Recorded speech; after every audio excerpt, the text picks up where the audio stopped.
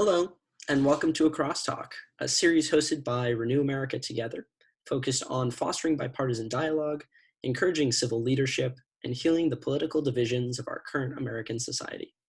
Renew America Together is a 501c3 established to minimize the effects of divisive rhetoric through bipartisan dialogue and education. My name is Lincoln Zaleski. I'm a disinformation specialist at Renew America Together and the host of A Crosstalk. This is the fifth episode of our series. I'm joined today by Selene Swanson, a current senior at William & Mary and former Project on International Peace and Security Fellow, or PIPS Fellow.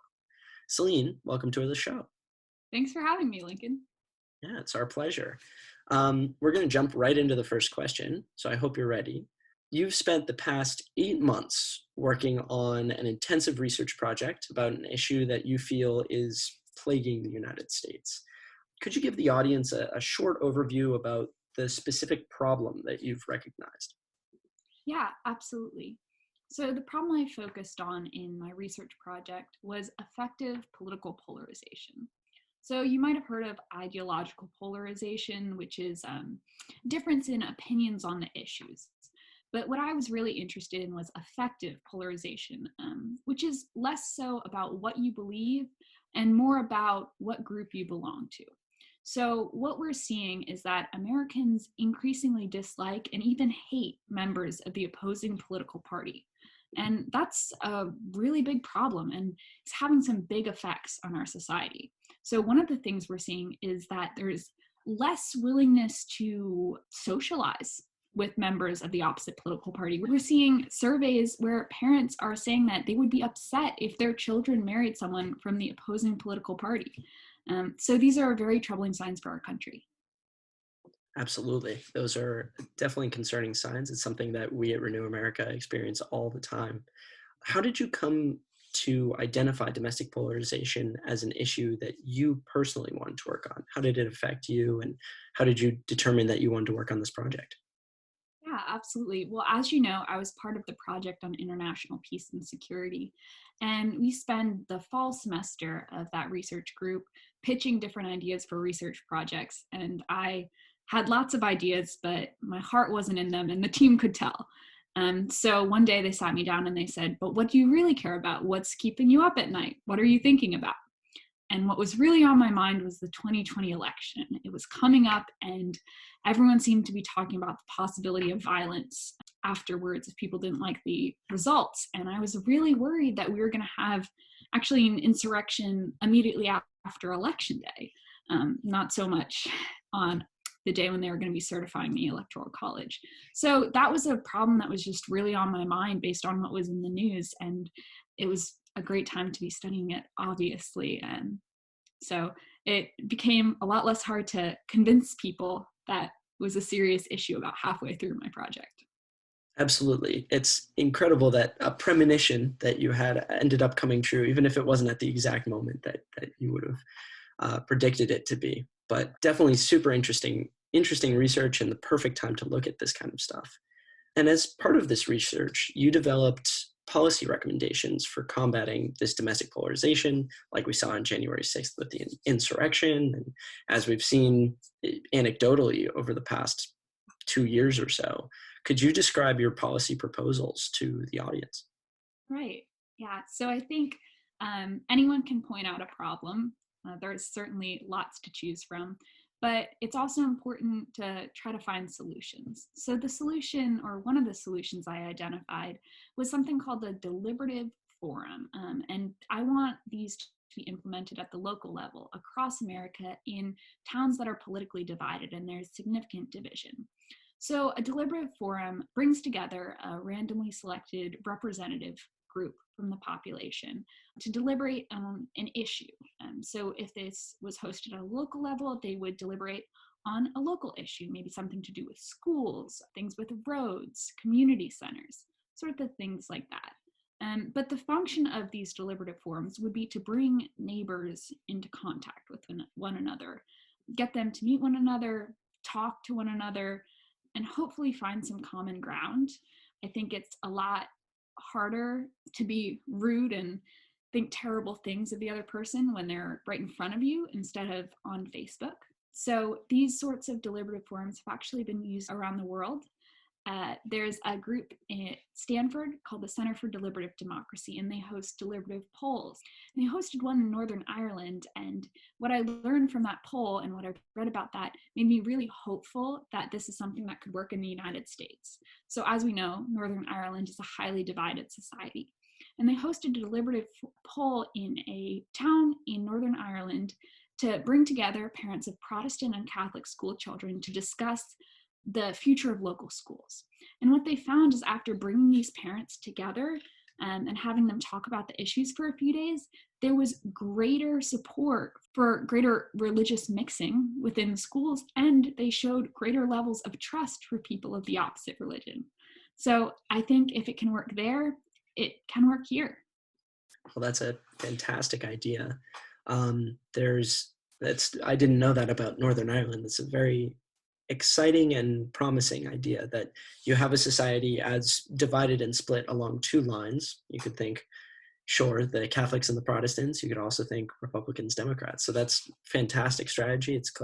I'm glad that someone at least has been researching that. Renew America Together, we seek to promote a civil discourse through bipartisan talks. That's what we refer to it as, rather than the deliberative democracy that you're talking about, but it's not dissimilar. And we bring together usually one Republican politician or former Republican and a current Democrat or a former Democrat, and have them both talk together to an audience.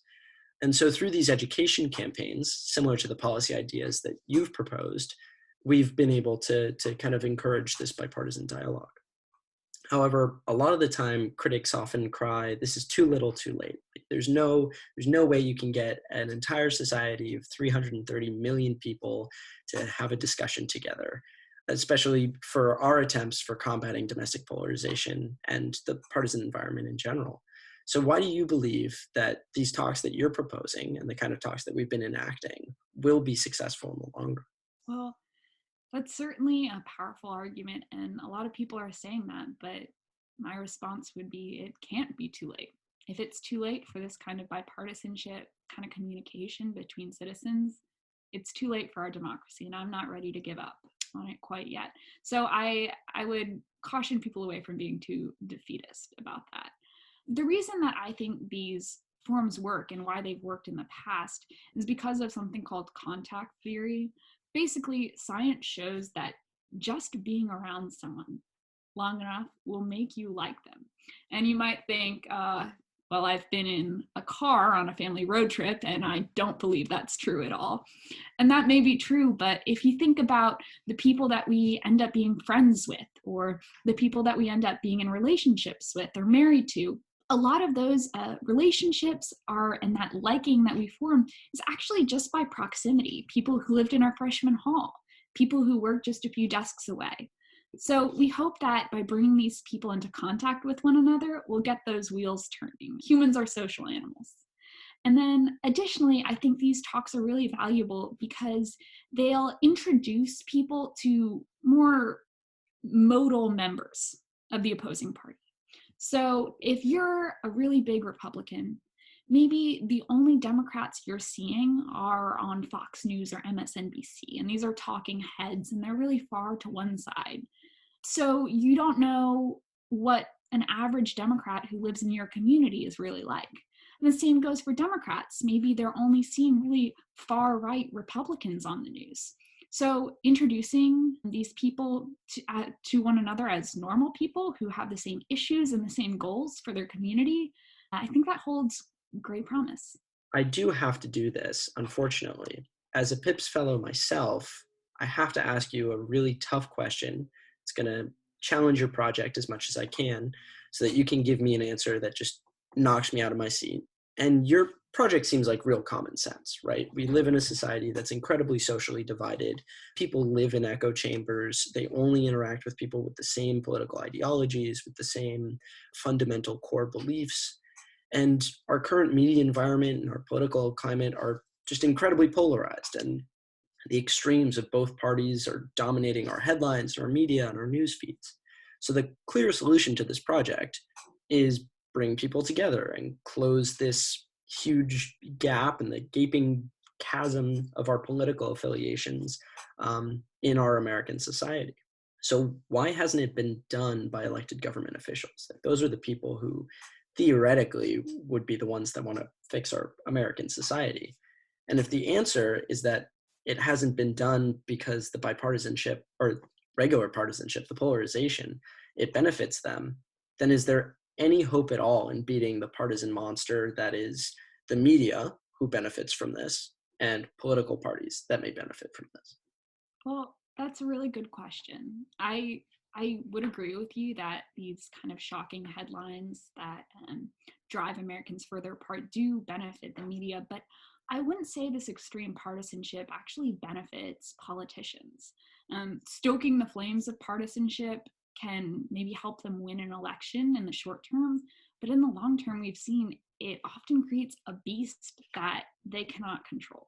I think what we've seen in the Republican Party, especially, is that now the constituents are leading the politicians instead of the politicians leading the constituents. And you might say that's how it should be in a democracy, but I think there's a very real sense among Republicans that it's gotten out of control for them.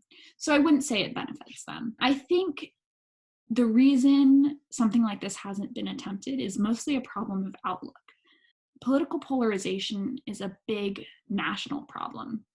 And so I think there's a temptation to try to address that with big, sweeping national solutions. But we need to be starting at the grassroots, because that's where we can encounter one another, and that's how we'll heal our nation, is becoming neighbors again. So I think it's just a question of people interested in doing things from the top down, when I believe we fix this coming from the bottom up. There have been all kinds of fancy proposals for fixing disinformation, whether it's government solutions in terms of putting up some sort of defense against lies, or having some sort of national fact checker, or all kinds of solutions that come from the government or some top-down organization. And it's been shown that the only thing that prevents disinformation or people from buying into it is grassroots media literacy campaigns. That's the best solution. So I think there's a lot of evidence, at least on the area that I know best, that would support what you're saying. So Selene, our final question is always the same. Name a policy figure that you admire who's shaped who you are today, or who you really respect, either past or present. I think I'd have to say Cory Booker. Senator Booker is someone I really admire because I believe he treats people well, and he treats people well who can't necessarily do something for him. And I think a lot of politics, and you might have picked up on this from my policy solution, but I think a lot of politics is about how you treat people and how we treat one another. And so I think he's a good example that we could all learn from. That's a fantastic answer. We've had some great answers on this show already. It's one of my favorite questions to ask, and just know what young professionals and very smart people who they look up to. Thanks so much for joining the show, Selene. It's been fantastic chatting with you. We're really excited to have young professionals like yourself join the show and help continue our legacy on bipartisanship. Feel free to check out Selene's white paper. It will be linked in the description below, and investigate some of the other PIPS projects from this past year. Stay tuned for coming episodes of Across Talk next month. Feel free to visit Renew America Together's website for more information about bipartisanship and healing American divisions, as well as research about disinformation campaigns and voter fraud. As always, if you enjoyed the video, please like and subscribe for more bipartisan conversations. Thanks so much. Thank you.